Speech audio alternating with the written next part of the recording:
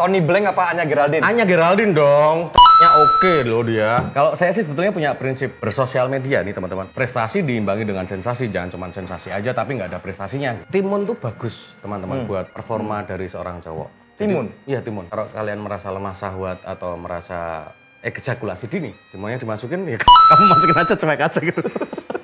Gantiin ya? Diganti sama timun.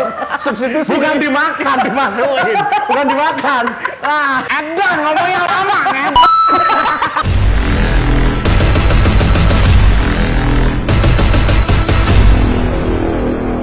Assalamualaikum warahmatullahi wabarakatuh. Balik lagi bareng gua Bang di channel paling gas Johnny. Aduh, hai Johnny semua. Apa kabar semua? Johnny yes papa. Bang Johnny masih berada di Jogja, kota istimewa. Dan hari ini Bang Johnny sudah berjanjian dengan seorang seniman dan juga musisi yang bertumbuh kembang di Yogyakarta yang bernama Bima Aco.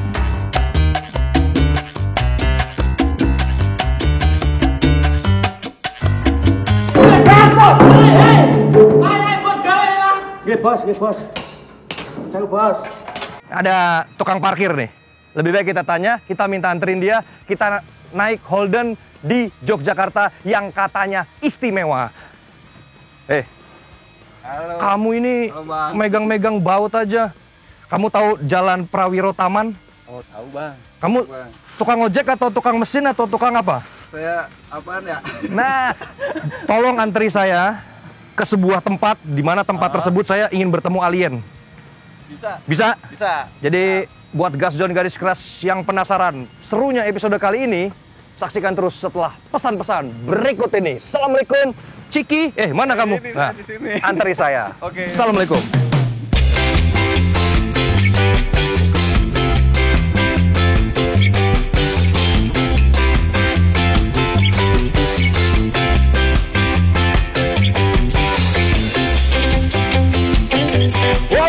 Bang Johnny sudah berada di Bigi, tempat di mana seniman gila yang akan saya samperi ini bernaung.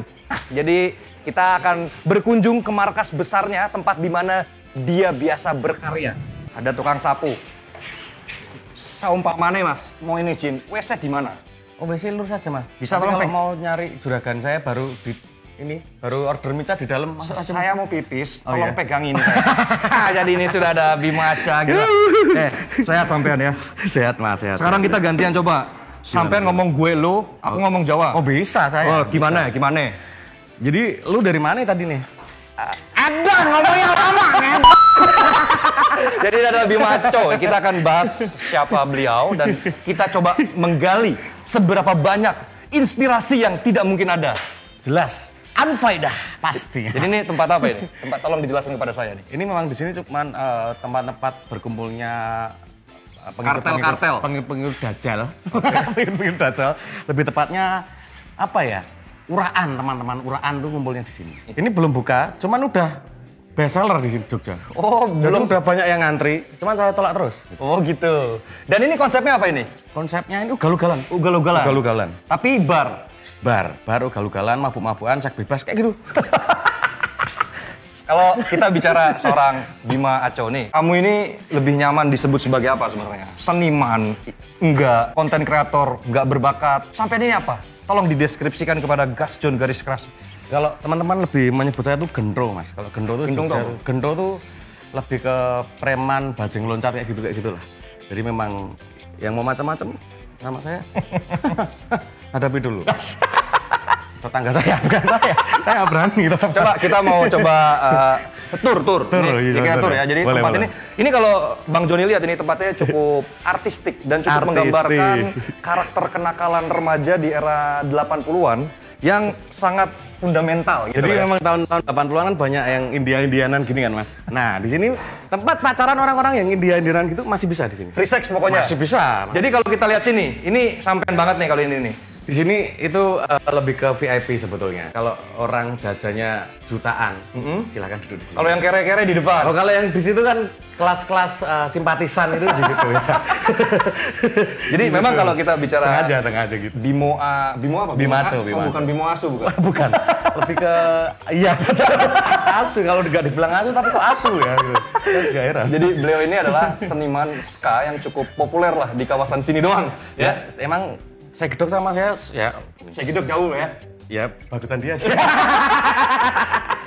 Mas Heru ini kalau ketemu di jambak. Namun. Jadi bandnya ini cukup populer di kalangan yang rude Adik-adik. boy ya. Lebih ke kalangan pemandu lagu. Jadi memang kalau saya gedok itu segmennya memang orang-orang yang tahu musik. Kalau saya tuh tahu musik tapi di room karaoke. Ya, lebih ke LC. LC. Memang segmennya seperti itu. Di sini ada kalau nanti prospeknya ada nggak? Bisa bayar request di sini. Oh, gitu. Apa-apa ada bisa.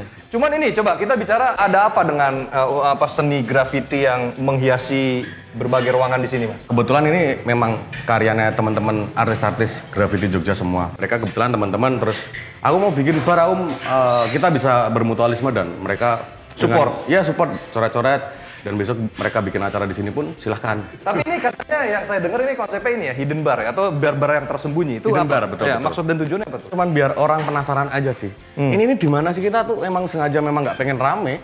Oh Jadi gitu, memang udah saking kayanya. Jadi, jadi buang duit gimana caranya supaya orang bikin sesuatu nggak rame? kayak gitu memang Ini apa ini? ini biasalah. Hah? Jamu-jamuan Oh gitu. Ini buat saya. khusus orang tua. Ya, khusus orang tua silakan. Jadi memang konsep hidden bar di Jogja belum ada dan itu bakalan jadi hal yang baru kan di Jogja tadi. Yeah. Oh, ini di mana sih ini di mana? Memang kita tidak menyediakan sign nama di depan untuk bar ini. Jadi memang biar orang nyari ngulik di mana akhirnya biar nggak pasaran juga sih untuk ngefilter orang-orang juga sih. Tapi mungkin ini bagian dari kecintaan sampean terhadap dunia musik kali ya? Karena menciptakan sebuah Ya. atmosfer yang nantinya akan banyak live music katanya. Awalnya sebetulnya bikin bar ini tuh adalah keresahan teman-teman gitu. Dari beberapa teman-teman luar kota, terutama yang mau tur ke Jogja mempromosikan karyanya tuh di Jogja cukup susah nyari tempat yang proper buat mereka nge-gigs, galu-galan, ya selayaknya gigs-gigsan lah. Tapi itu pure bukti cinta seorang Bima atau itu ada kepentingan bisnis di situ memanfaatkan industri musik yang Nggak mungkin- munafik ya, maksudnya tetap saya mengeluarkan modal juga harus ada feedback buat saya juga, Betul. buat kelangsungan hidup saya, buat kelangsungan membuat teman-teman musisi berkarya di sini juga gitu. Pasti bakal berkesinambungan sih. Tapi ya kalau aku lihat sampean itu loh, emang bermusik kan sudah duluan berarti kan? Iya. Tapi kok sampean tuh lebih terkenal sebagai pelawak gitu loh, atau konten kreator yang bisa aja gitu. Itu sebetulnya lebih duluan itu. Jadi gojekan bercandaan sama teman-teman tuh sebetulnya udah dari dulu kayak gitu, malah lebih ngawur sebetulnya. Nek iki jalan apa, Mas? Iki jalan poni tinggi Mas. Nek sing iki.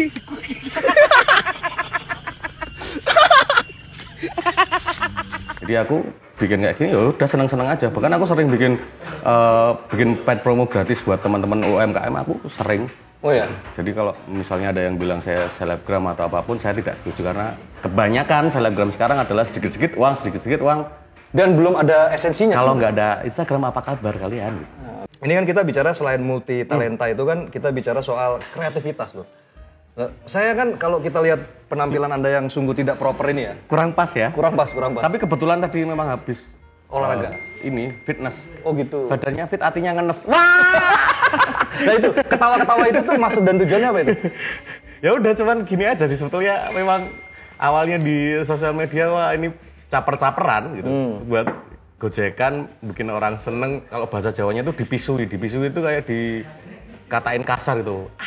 Anjir gitu. Itu Malah seneng gitu? kepuasan buat saya. Oh ini bisa buat orang ya menurut saya ngomong kasar itu adalah bentuk kepuasan mereka dan apresiasi dari mereka. Jadi aku oke. Nah terus kita bicara soal musik nih.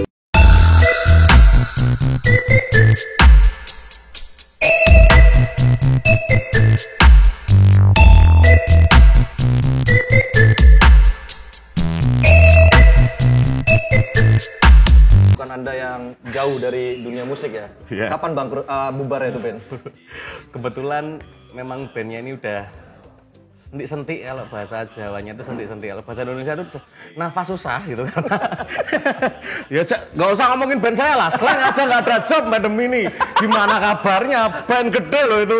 Sekarang jadi halo Telkom slang tuh, ya kan? Wah, makanya nggak usah ngomongin band saya lah kalau mau ngomongin kapan bubar. Pandemin bangsat memang semua aspek ini. Tapi dari sisi ini loh, maksudnya kan, tapi saya melihat seorang Bima ini sebenarnya itu tidak selucu ini loh, cukup serius loh. Saya serius ya. Serius. Soal kebutuhan sih sebetulnya. Oh gitu. Kalau di sosial media ya personal aja, personal branding aja. Oke. Memang cari duitnya di situ. Oke. Jadi tidak munafik ya? Kalau aslinya saya tuh alim banget saya. Alim. Ulama. Enggak sih. Ubaru. Iya, Ubaru. Ulama Dia telat dia. Kelihatan umurnya ya dia. Disensor ya. Buat Iya. gas dan garis keras, obrolan saya bersama orang gila ini masih sangat seru. Tapi karena ini kita sudah mulai gelap dan kita menghormati Yes. azan, jadi kita break sholat dulu. Buat yang menjalankan. Jadi buat gas dan garis keras, saksikan terus episode paling ngocol ini. Assalamualaikum, Gas John, yes!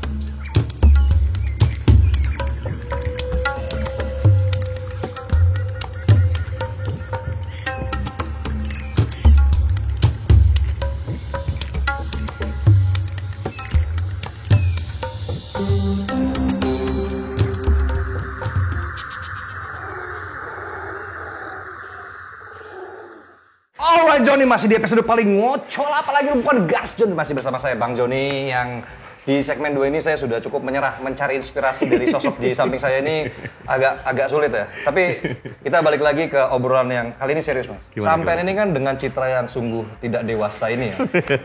Punya anak perempuan. Yes. Secara mitos, bapaknya yang bajingan, yang bastard itu biasanya anaknya perempuan. Saya bandel memang. Sama. Saya mengakui saya tidak munafik kok.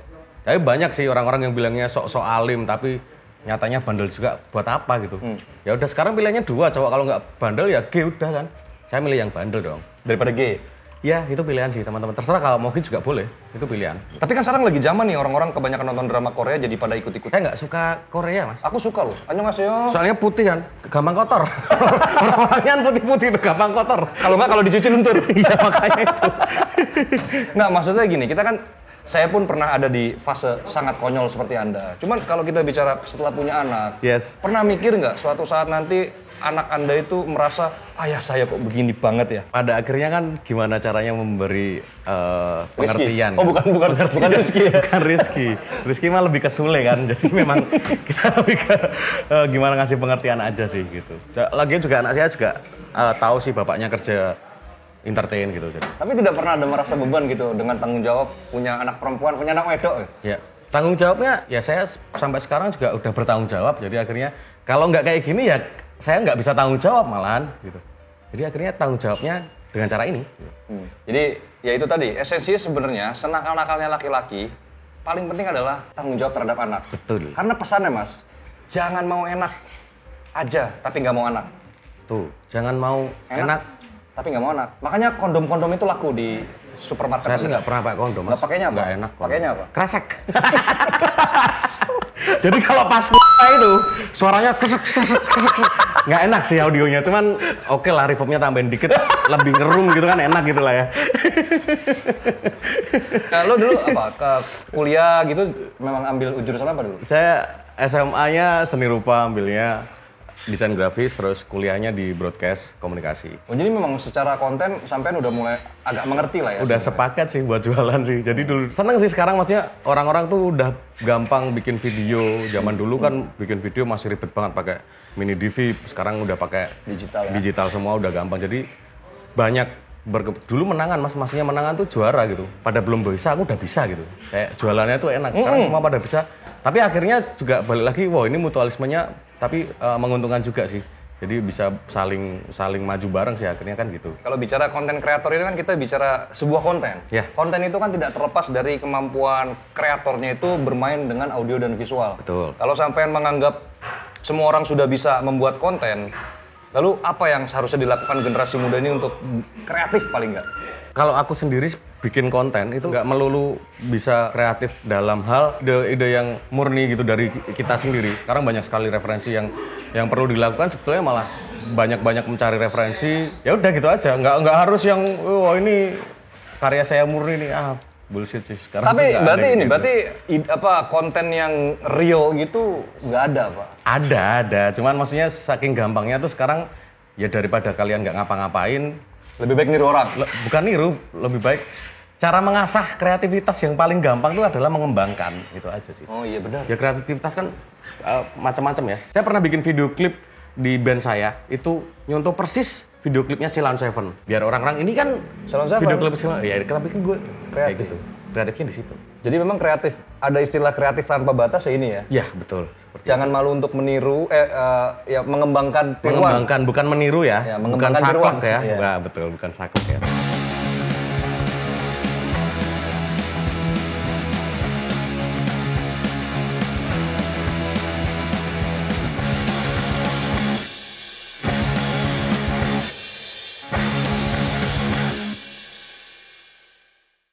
Nah ini kan sekarang banyak ya terlalu banyak konten apa ya, orang hanya menjual pesona, Persona. hanya menjual Gestur ya? gestur, hanya menjual kemewahan, lalu dia memiliki followers banyak tapi tidak memikirkan tanggung jawab sosialnya. Ya, ya.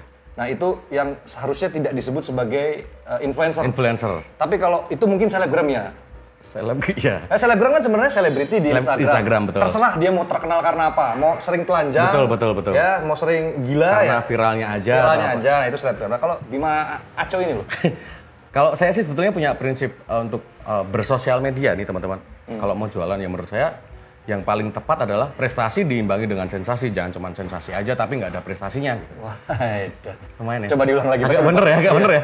Omongannya agak bener ya teman-teman ya. Ilmiah. Tolong dikasih garis bawah Mas. Bagus. Ya untuk sosial media ya kita harus punya prestasi, jangan cuma sensasi doang. Karena ya memang itu paketannya. Sekarang berprestasi doang kalau nggak viral susah, kalau nggak bener-bener bagus karyanya. Tapi kalau sekarang mau viral aja ya udah setelah itu selesai.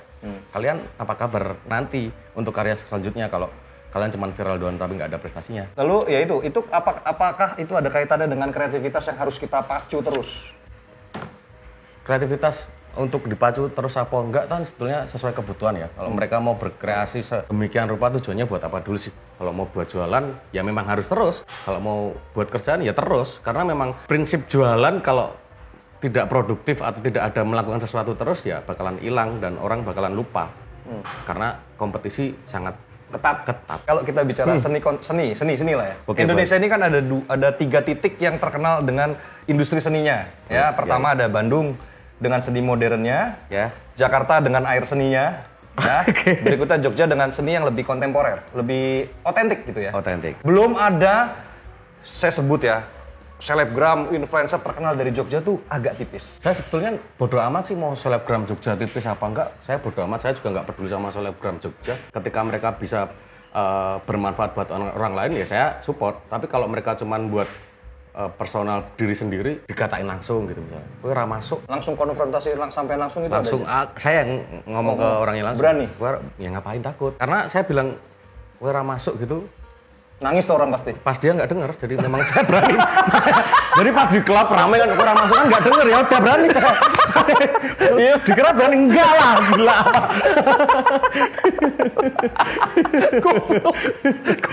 Ini baru pertama kali saya. Saya agak kram perut loh ini, agak kram perut. Makanan enak di sini apa? Jogja sekarang terkenal makanan apa? Makanan enak-enak di sini. Enak ya. Kalian kalau mau kuliner di Jogja itu ada bakmi Jawa, tahu? Iya macam.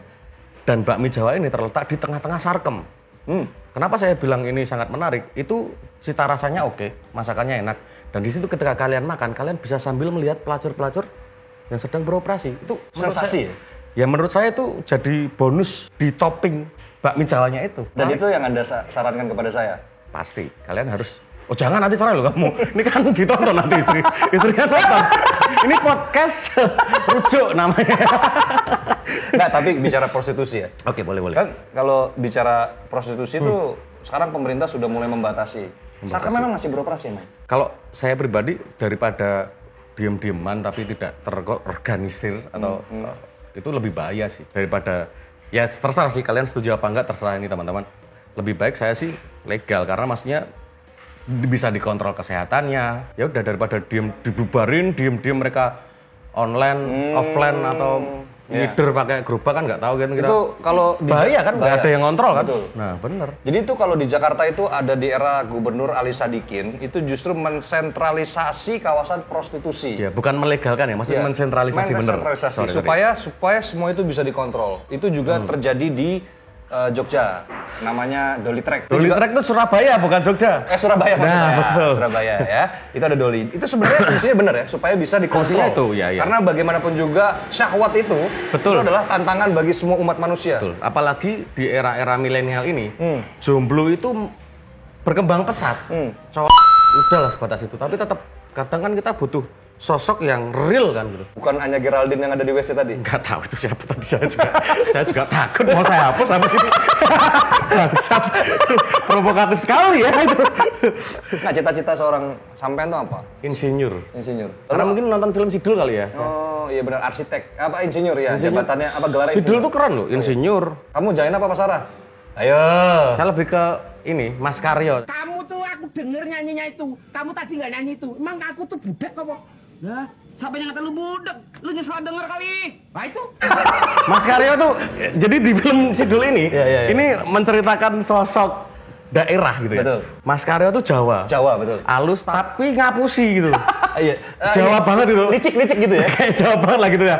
Cuman besok lah Dek, rumah masak apa? Besok lah kalau Mas udah laku ininya tak ganti ngapusi. Saya Mas Karyo lah. Mas Karyo ya? Diem tapi ledakannya 378.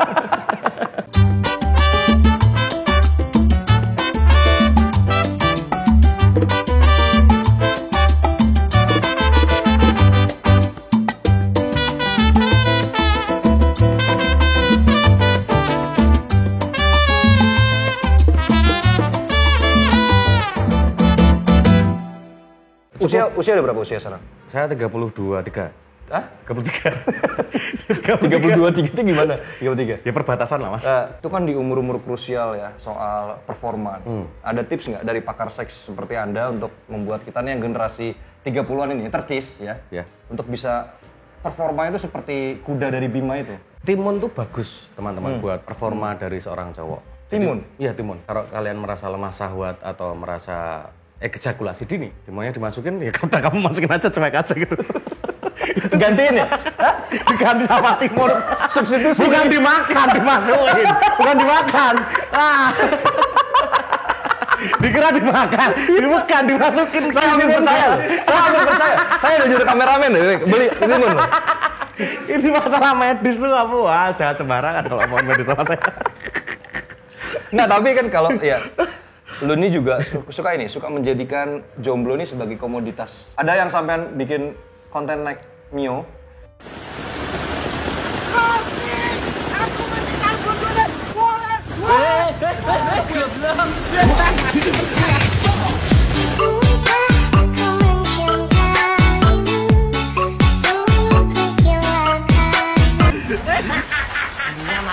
Itu memang sebetulnya keresahan. Saat itu memang saya lagi mencintai istrinya orang. Kan orang tuh capernya masing-masing ya. Maksudnya untuk mendapat simpatik atau perhatian dari lawan jenis kan masing-masing. Ya, salah satunya kalau saya dengan cara itu menzolimi diri sendiri itu atau nubruk ke got atau apa itu salah. Dan alhasil cuak mbaknya tetap bangsat ya. Nah, ternyata suaminya lebih kaya bangsat. Cepat ya, jawab cepat sekarang ya. Cepat sekali saya cepat ya jawabnya. Ya. Tony Blank apa Anya Geraldine? Anya Geraldine dong. Nya oke loh dia. Gokil. Sama alasannya nggak nih? Alasannya? Boleh, trivia ya, jawab cepat ya. Sarah Sechan apa Primus? Wah anjing.